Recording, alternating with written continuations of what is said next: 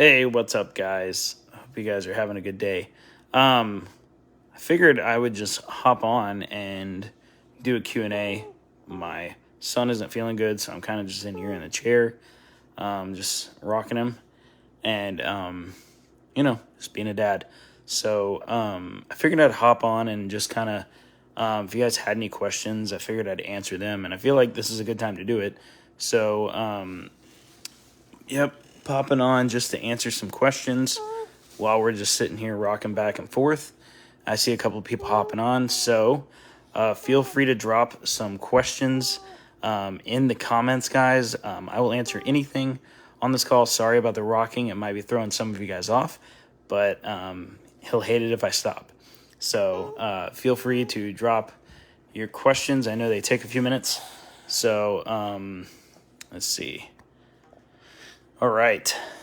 Let's see. All right. So Ben asks, how often do we need to update or change ads? So, Ben, when it comes to Facebook ads specifically, you want to, what you want to do when you're changing ads is you want to look at the KPIs first. And KPIs specifically mean key performance indicators. And what you typically want is you want your ads to be anywhere between $1 and $4.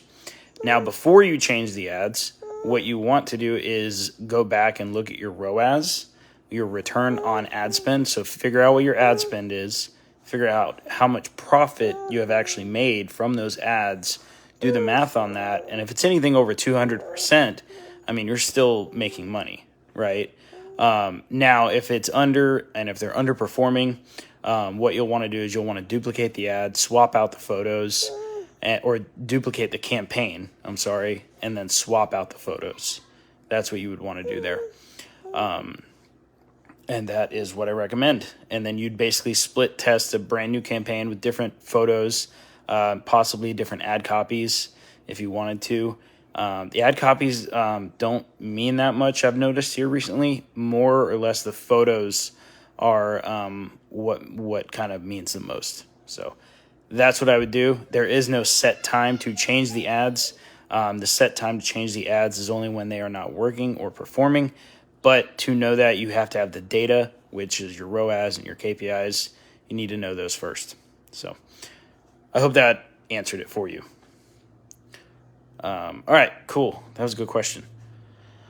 Sean says, do you have a lot of customer post bad review for you giving them a quote and they think I am lowballing them? No, dude, I don't ever have anybody give me bad reviews for anything. Where are they giving you bad reviews at? Like, are you giving them a link to review you, or what are you doing there?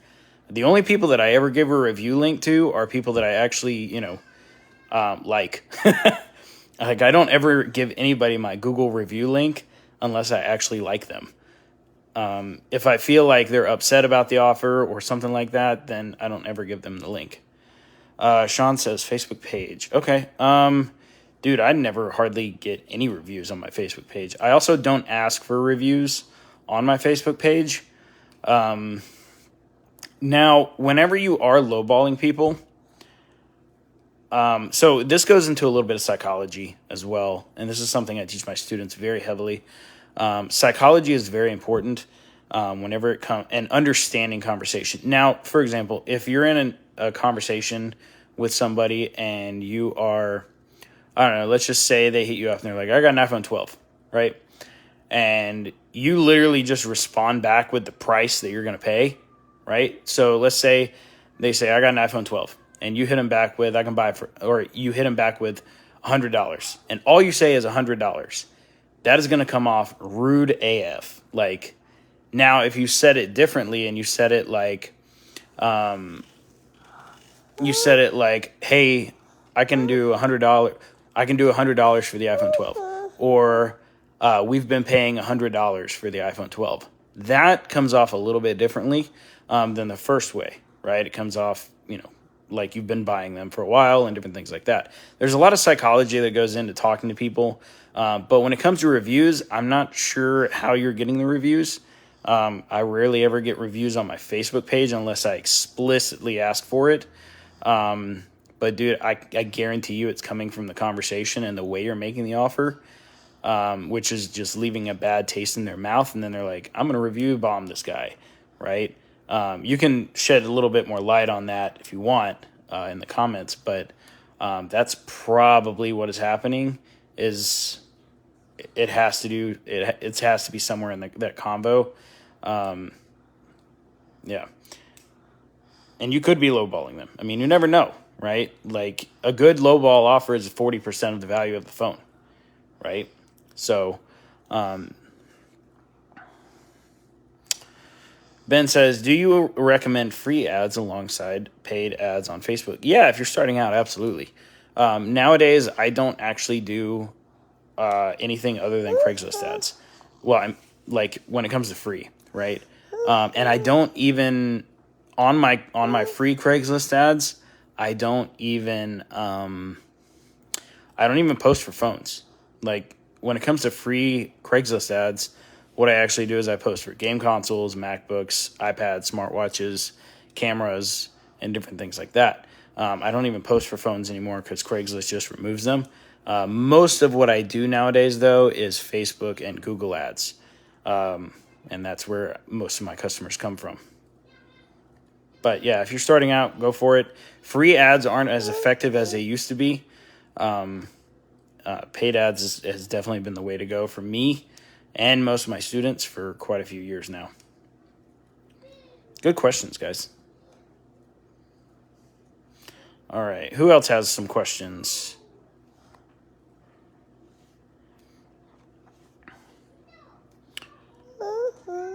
But a couple of good places for free ads. Ben, I'll kind of add on top of that. Obviously, Facebook groups, they have diminished quite a bit. Facebook doesn't show them as much as it used to. But, Craigslist, obviously. Nextdoor has been pretty good. Just got to be kind of careful with them. Trying to think what else.